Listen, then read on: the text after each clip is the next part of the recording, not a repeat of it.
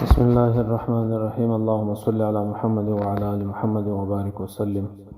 وقد قال النبي صلى الله عليه وسلم: الصدقة تمنع 70 نوعا من أنواع البلاء أهوانها الجزام والبرص، أو كما قال النبي صلى الله عليه وسلم. جناب رسول الله صلى الله عليه وسلم مبارک فرمائی: صدقه منع کی د انسان څخه اویا قسم بلاوي، اویا قسم آفتونه، اویا قسم مصیبتونه. اهون دا هغو چې دی هغه ادنا عذاب چې دی جزامو، د جزام څخه بیا وساتي، د برس ناجوړي څخه بیا وساتي. دا دواړه خطرناکه ناجوړي دي او مهلکې ناجوړي دي. صدقه چې د اویا قسم بلاوي او آفتونه مصیبتونه د انسان څخه منع کوي. صدقه په اسلام کې، صدقه په ایمان کې، صدقه کول دا د مسلمان مؤمن لپاره په اعمال صالحو کې ډېر لوی عمل دی.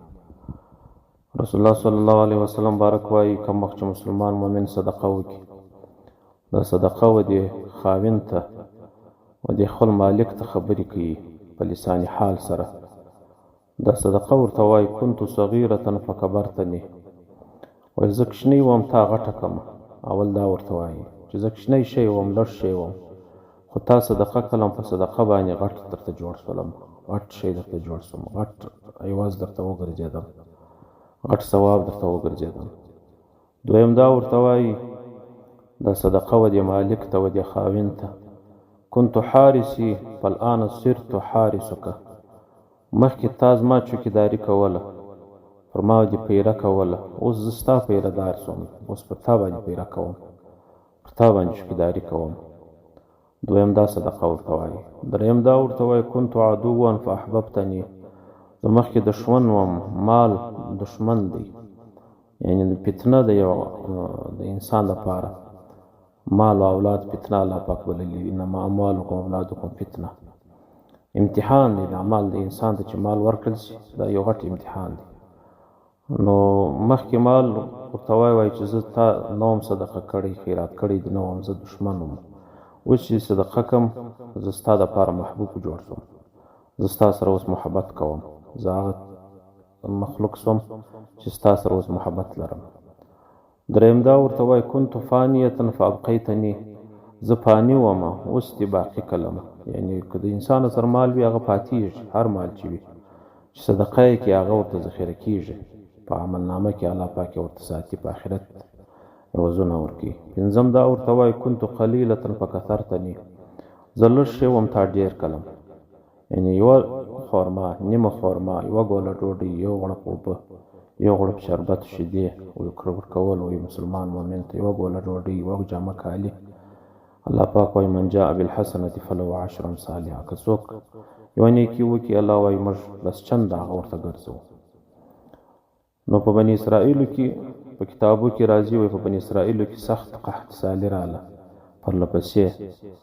نو یو ښځې ډوډۍ پخ کړې وه، په خپل کور کې پر ډوډۍ باندې ناسته وه، خوړله او ګوله یې جوړه کړله، خولې ته یې یوړله، په خوله کې یې کښېښوله، دروازه وټکېدله، سائل ودرېدی، سوال یې وکړي چې راکړي د خدای دپاره یو ګوله ډوډۍ. دا ښځې د خولې څخه ډوډۍ راویستله او هغه خاوند او هغه مسکین و هغه فقیر ته یې ورکړه، هغه چې څه ورته پرته وه هغه یې ورکړه.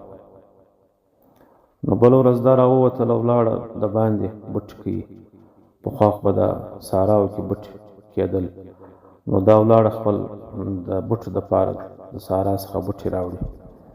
نو کوچنی زوی یې ورسره و، دا یې هم ورسره بوتي. لیوه راغلی، د دې زوی یې واخیستی، په خوله کې ځینې یې وړي، دې چې هر څو بغارې کړلې، هر څو یې نارې کړلې چې د خدای پاره د زوی مې لیوه راسه یوړی. څوک نه و چې د لیوه څخه د دې زوی خلاص کړي. نو د لیوه په پله پسې دا پسې سو چې لیوه تللی و، پر هغه لار دا ولاړ. که ګوري یو سړی پر هغې خوا سره روان دی، د دې زوی ورته سالم راخستی دی، صحیح جوړ روغ، بېرته یې خپل زوی ورکړي.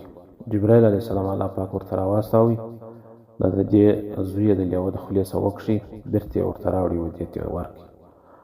نو لیوه ورته وویل: ای ښځې، ای مینځې، ای انسان. د جبرائیل علیه السلام ورته وویل: یا امة الله ارغضیت لقمة بلقمة، آیا ته نه راضي یوه ګوله په بله ګوله سره، یعنی تا یوه ګوله خیرات کړله، د هغې یوې ګولې په ځای کې الله پاک تا ته خپله ګوله بېرته درکړله. یعنې هغه زوی چې د لیوه په خوله کې ګوله ګرځېدلی و هغه زوی الله پاک دې ته بېرته د هغه یوې ګولې په عوض کې چې هغه دې خیرات کړی و الله پاک هغه زوی د دې ورته خلاص کړي د مرګ څخه د لیوه د خوړلو څخه. نو د جبرائیل علیه السلام ورته وویل یا امة الله ارضیت لقمة بلقمة آیاتنا یې راځي په ګوله سره چې هغه ګوله تا خیرات کړې وه د هغې ګولې عوض الله پاک تا ته درکړي. او حضرت عایشه رضی الله عنها مبارکه وایي چې یو ښځه راغله نبي علیه السلام مبارک ته لاس یې وچ شو دا راسته لاس یې وچ سوی و. نبي علیه السلام مبارک ته ویل یا رسول الله دعا راته وکړه چې دا لاس مې جوړ شي. نبي علیه السلام مبارک ورته څه په سوي دي ستا په لاس باندې چې دا رقم دی وچ سوی دی شل دی. دی ول ما خوب لیدو په خوب کې قیامت وي دا ښځه کیسه ورته کوي نبي علیه السلام ته چې په خوب کې قیامت وي جهنم وي جنت وي او جنت مې هم په خوب ولیدو وي جهنم مې هم ولیدی. زما مور په جهنم کې ولیدله په خوب کې او په دې لاس کې ما د مور دا ښځه کیسه ورته کوي نبي علیه السلام ته زما د مور په لاس کې په یوه لاس کې شمل و په بل لاس کې یو ټوکر و په دغه دواړو لاسو باندې دا اور د ځانه څخه ګرځاوي. په دې خوب کې دا ښځه وایي زما مور ما ولیدله په دواړو لاسو کې په یوه کې شمل و شمع پخوا چې په خلکو لګاوي د رڼا دپاره شمع او یو کوچنی څیرې ټوکر و یا لږ کوچنی ټوکر و دا ورسره و په بل لاس کې په دا باندې د اور د غږ څخه ځان ګرځاوي. ما ورته ویل موره په دا څنګه دلته یې په دا ځای کې یې ول دې راته وویل چې دا ځای د بخیلانو دی او ما و مور ته وویل چې موره ته خو ښه ښځه وې د خدای عبادت دې کوئ او مېړه د ستا سره راضي و زما پلار خاوند دې راضي و او ته دلته یې په دا ځای کې دی ول دا ځای د بخیلانو ځای دی ما په خپل ژوند کې هېڅ شی نه و خیرات کړی دغه یو شب مې خیرات کړی و یا مې دغه یو ټوکر کوچنی ټوکر خیرات کړی و.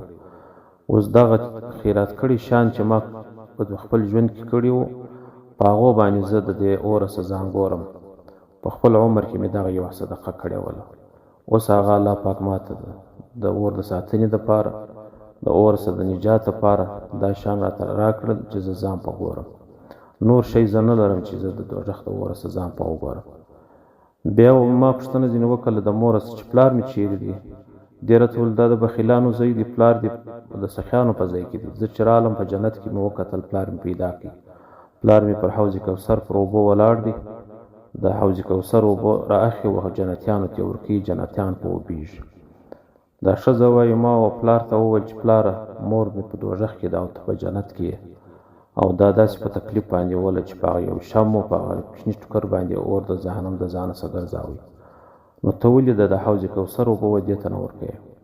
پلار مې راته وویل چې دا د حوض کوثر اوبه چې دي دا د ګناهګارو خلکو دپاره نه دي دا د نیکانو خلکو دپاره دي. وایي زه راولاړه شولم او د بخیلانو خلکو دپاره نه دي دا حوض کوثر اوبه او د ګناهګارو دپاره نه دي. دا ښځه وایي زه په خپل سر راولاړه شوم اوبه مې راواخیستلې یو جام یا یو لوښي راواخیستلې را مې وړلې مور ته مې ورکړلې په دې خوب کې. نو غږ را باندې وسوله چې لاس دې خدای در وچ کړه دا اوبه د ګناهګارو لپاره نه دي نه د بخیلانو لپاره نه دي. نو زه چې راکښېناستم لاس مې وچ ول لاس مې شل سوی و په خوب کې چې دا راته وویل سوله چې هغه اوبه ما بې اجازې راواخیستلې او غږ هم را باندې وسوله چې دا اوبه د بخیلانو دپاره نه دي او دا اوبه د ګناهګارو دپاره نه دي. نو چې راکښېناستم لاس مې وچ لاس مې شل دی. حضرت عایشه رضی الله عنها مبارکه وایي نبي علیه السلام مبارک چې دا خوب د دې ښځې واورېدی نو یا الله پاک ته دعا وکړله لکړه یې پر دا لاس ورتېره کړله چې ای ربه د دغه خوب په برکت چې دې لیدلی دی خدایه د دې ښځې لاس ور جوړ کړي د دې ښځې لاس ته صحت ورکړي. د دې ښځې لاس جوړ شولو د نبي علیه السلام مبارک په دعا سره او په هغه لکړه تېرېدلو سره. نو الله پاک جل جلاله د مسلمان مؤمن نیکي او صدقه چې په دنیا کې وکړي داسې وزرونه لري لکه د دا ښځې چې مور یې په خپل ژوند کې دغه لږ صدقه کړې وله بیا هم د جهنم څخه په هغه باندې ځان د اور د جهنم څخه کاتی او پلار یې بیا سخي و په جهنم کې نه و په جنت کې و حوض کوثر د اوبو سره ولاړو خلک یې وبول الله پاک د سخا په وجه باندې جنت ورکړی او د حوض کوثر اوبه یې ورکړي. او نبي علیه السلام مبارک وایي چې دوزخ بخل چې دی دا یو درخته ده بخل درخته ده د دې درخت شاخونه په جهنم کې دي سخا هم یو درخته ده د دې درخت شاخونه په جنت کې دي. نو هر سړی غواړي چې د شاخو سره لاس ټینګ کړي د سخا درخت ټینګي جنت له ولاړ شي د بخل درخت ټینګي دوزخ له ولاړ شي. الله پاک دې هر مسلمان سخا ور نصیب کړي. الله دې د هر مسلمان ته صدقې توفیق ورکړي. الله پاک دې د هر مسلمان صدقه قبول کړي. صدقه غټ شی دی، ډېر غټ عمل دی.